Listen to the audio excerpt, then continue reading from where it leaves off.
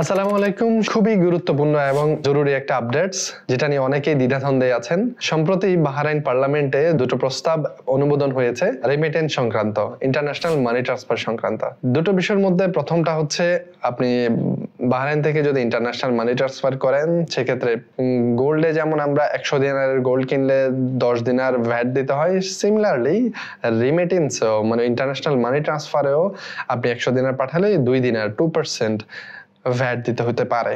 Number 2, আপনি remittance পাঠানোর 48 ঘন্টা পরে, মানে অলমোস্ট 2 দিন পরে আপনার রেমিটেন্সটা বাহরাইন থেকে রিলিজ হবে। ফ্রড এবং স্ক্যাম প্রতিরোধ করার জন্য বাহরাইন পার্লামেন্টে এই প্রস্তাবটা পাশ করা হয়েছে। কিন্তু টেনশনের কোনো কারণ নাই, কারণ এখন পর্যন্ত সেটা শুরা কাউন্সিলে অনুমোদিত হয়নি। শুরা কাউন্সিল অনুমোদিত ব্যতীত এই ধরনের রুলস গুলো ইমপ্লিমেন্ট সাধারণত বাহরাইনে হয় না। সো আমরা অপেক্ষা করি শুরা কাউন্সিল থেকে কি রেসপন্স আসে। শুরা কাউন্সিল থেকে যাই আসুক, আমরা বাহরাইনে থাকি, বাহরাইন প্রবাসী হিসাবে বাহরাইনের সব ধরনের নিয়ম কানুন অবশ্যই মেনে চলবো। সো অনেকেই সে দ্বিধাদ্বন্দ্বে আছেন যে হয়তো আমাদের 100 দিনার পাঠালে 2 দিনার করে এখন থেকে কাটি ফেলবে বা এরকম কিছু, এমন কিছু এখনো ইমপ্লিমেন্ট হয়নি। যদি হয় আমরা অবশ্যই আপডেটস আপনাদেরকে জানিয়ে দেব।